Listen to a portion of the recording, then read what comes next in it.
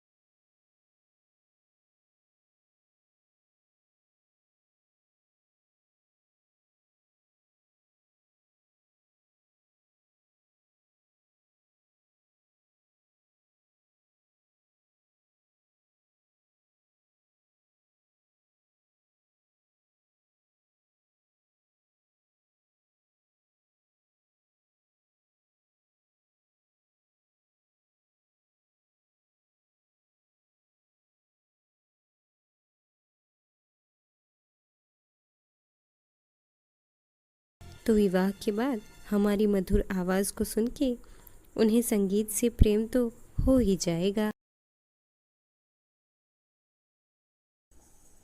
महाराज की जय हो। कहिए कैसे आना हुआ सेनापति?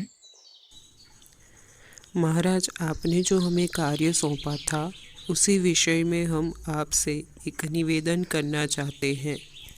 महाराज, हम चाहते हैं कि राजकुमारी का विवाह हमारे पुत्र के साथ हो जाए तो कैसा रहेगा? वो भी बहुत गुणी और बुद्धिमान है।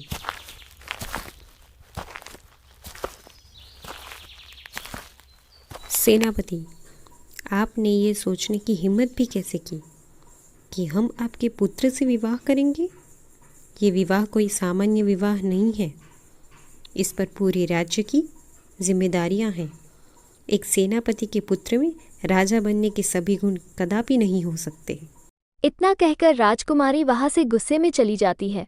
दूसरी तरफ सेनापति राजा से माफी मांगकर राजा के दिए गए कार्य को पूरा करने के लिए चले जाते हैं। राजकुमारी ने जो सेनापति का अपमान किया था वह सोचकर सेनापति को बहुत गुस्सा आता है और वो बदला लेने की ठान लेता है। तभी रास्ते में उसे एक व्यक्ति मिलता है। अरे, ये तीन लोग एक जैसे कपड़े पहन के मेरे पास क्यों आ रहे हैं? अरे भाई, तुम लोग कौन हो और तुमने एक जैसे कपड़े क्यों पहने हैं? ये सुनकर सेनापति समझ जाता ही कि वो एक पिहकड़ है और वही उसे बहला फुसलाकर राजकुमार बना के राजदरबार में ले जाता है। वहाँ सभी इस राजकुमार को देख के बहुत खुश हो जाते हैं। राजकुमारी को पहली नज़र में ही उनसे प्रेम हो जाता है और वो विवाह के लिए तैयार हो जाती है। लेकिन अपने शर्त के मुताबिक वह राजकुमार से कुछ सवाल करती है जिसका राजकुमार सही सही उत्तर देता है। वही विवाह के दिन। अरे, ये तो राजकुमार है, पर ये मदिरा पान क्यों कर रहे हैं? वो भी आज विवाह के दिन। और ये सेनापति उनसे क्या कह रहे हैं? मुझे सुनना पड़ेगा। धात्री सेनापति की सारी बातें सुन लेती है और तुरंत ही जाकर राजकुमारी को सब बता देती है। ये सुनकर राजकुमारी अत्यंत दुखी हो जाती है। वो अपना ये अपमान सह नहीं पाती और अपनी जान दे देती है। उसके बाद राजा उस सेनापति और राजकुमार को राज्य से बाहर निकल देते हैं और कुछ सालों बाद राजा की मृत्यु हो जाती है। दूसरी तरफ उस सेनापति की भी रहस्यमय तरीके से मौत हो जाती है। तो सुना तुमने, यह थी मेरी कहानी। पर इन सब में हमारा क्या संबंध है? हमें क्यों आप मारना चाहती है राजकुमारी जी? मूर्ख लड़की, तुम ही लोगों ने तो हमारी और हमारी विद्या एवं ज्ञान का अपमान किया था, जिनकी वजह से हमें अकाल मृत्यु के शरण में जाना पड़ा। वह राजकुमार और कोई नहीं, तुम्हारे पति के पिता थे, जिनकी वजह से हमारी ये हालत हुई है। उन्हें तो हम पहले ही मार चुके हैं। अब इनकी बारी है। हम सबको मार देंगे, किसी को नहीं छोड़ेंगे। रुकिए राजकुमारी जी, ऐसा मत कीजिए। हमारे पूर्वजों की गलती से हमें मत दीजिए सजा उसकी। हमारे इसमें कोई गलती नहीं है। आपको तो आपका प्रेम नहीं मिला, पर मुझे मेरे प्रेम से मत अलग कीजिए। प्लीज़ राजकुमारी जी, हमें छोड़ दीजिए। प्लीज़ राजकुमारी जी, छोड़ दीजिए हमें। निशा का दर्द देखकर राजकुमारी को उस पर दया आ जाती है और वह निशांत को छोड़ देती है। दूसरी तरफ निशा राजकुमारी से वादा करती है कि जिस विधा के अपमान की वजह से उनकी मौत हुई थी, तो वह अब अपना और निशांत का पूरा जीवन संगीत और शिक्षा को समर्पित करेंगे। कुछ महीनों बाद निशांत और निशा मिलकर राजमहल की जगह पर एक बड़ा स्कूल खोलते हैं और हमेशा के लिए इसी गांव में बस जाते हैं। अगर हमारी कहानी आपको पसंद आती है तो लाइक और शेयर करें, कमेंट करके हमें अपना सुझाव जरूर दें और ऐसी ही अच्छी कहानियों को देखने के लिए हमारे चैनल को सब्सक्राइब जरूर करें। हर हर महादेव।